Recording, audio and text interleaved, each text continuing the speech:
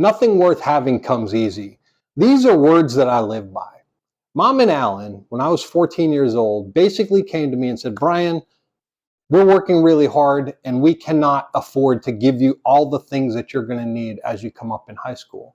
You're going to need to find a job. Now, as a freshman in high school, those words came kind of as a shock to me. What do you mean I got to go to work? I've got to earn my own living? Well, thus began my high school journey and all the different kinds of jobs that I had. And that's what I'm going to talk about today in day number 5 of my 77 video challenge.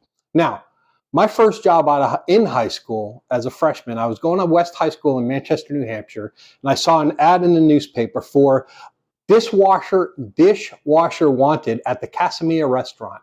I called up the restaurant. I talked to a fellow named Sonny Papalardo, and he said, yeah, sure, come on down. We'll interview you. He basically hired me on the spot. The next day, I started my first shift as a dishwasher in a mom and pop Italian restaurant. Now, I worked that job for all of my freshman year of high school and into my sophomore year of high school. In that job, I learned the fast-paced business of being a dishwasher in a very fancy, very fast Italian restaurant.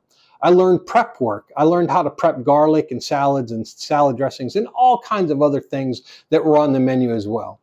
And from starting as a line cook, or correction, as a dishwasher, I eventually moved over to the pot shack and then moved up to prep cook and then eventually line cook. At 15 years old, I was an operating active line cook in an Italian restaurant.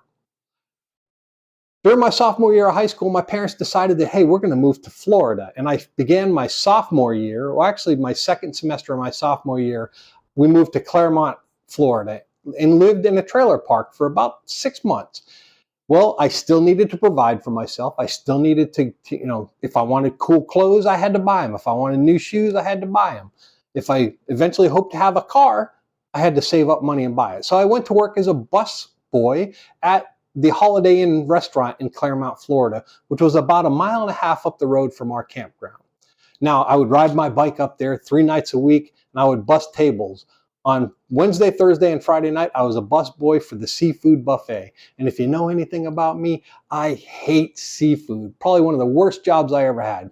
But the cool perk of it was I got to hang out in the bar on Friday and Saturday night where the house band, the Romantics, were a cover band for everything 80s. And I made really, really good friends with the house band. And I got to be really cool with some of those guys. And some of them became national touring artists later on in their life.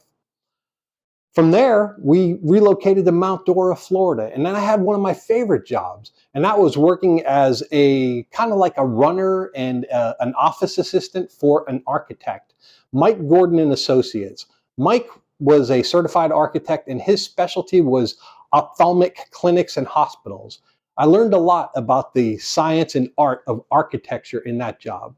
Now, me and Mike, we were like this while I was working for him. Unfortunately, Mike had to let me go because of an incident that occurred where one of the prints that they had, one of the blueprint, I forgot what they call it now, it's been so long. One of the blueprint sheets that they made mimeograph copies of blueprints of came up missing. And if you know anything about those sheets, they're worth about $20,000 each.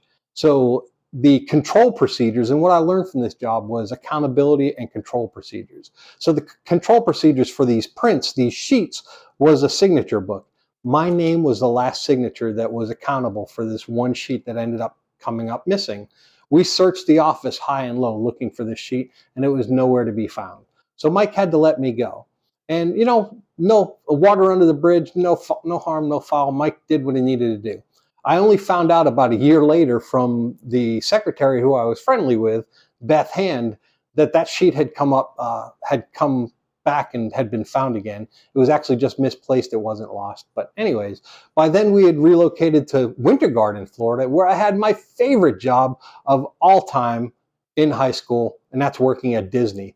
When I worked at Disney, I worked at the Mile Long Bar and Pecos Bill's Cafe, and also Aunt Polly's Island on Aunt Polly's Cafe on Tom Sawyer Island. Now that job was fun because I got to hang out with college kids, and I got to understand what the Magic Kingdom College program was all about, and I got to party with those guys, and man, what a life that was. So I did that all the way through my sophomore and junior year.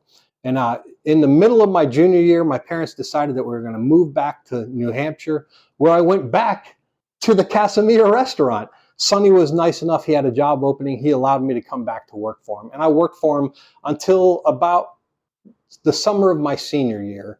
And Sonny and I had a little bit of a disagreement about my value as an employee. This is a second lesson I learned, was know your value and demand that value.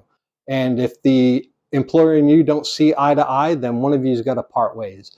We left on fair enough terms. I walked out on Mother's Day. You know, got to do what you got to do. I was asking for $4.50 an hour when I started at $2.87 an hour, and I hadn't gotten pay raises. So I decided to part ways with them, and then I went to work at the General Cinema. So I worked at the General Cinema all the way through my senior year. On December 4th of 1987, I joined the United States Marine Corps with an obligation to ship to boot camp a year later. I struggled through the senior year of high school. I finally graduated, almost dead last in my class, but I got there. I got that piece of paper. And then I went to boot camp on June 26th, 1988, 8 days after I graduated high school. And 20 years later, on July 1st, 2008, I retired from the Marine Corps. And the lessons I learned in those 20 years are innumerable. I will talk about those at length as we move forward. So thank you for joining me for day 5 of the 77-day video challenge. I will see you all tomorrow.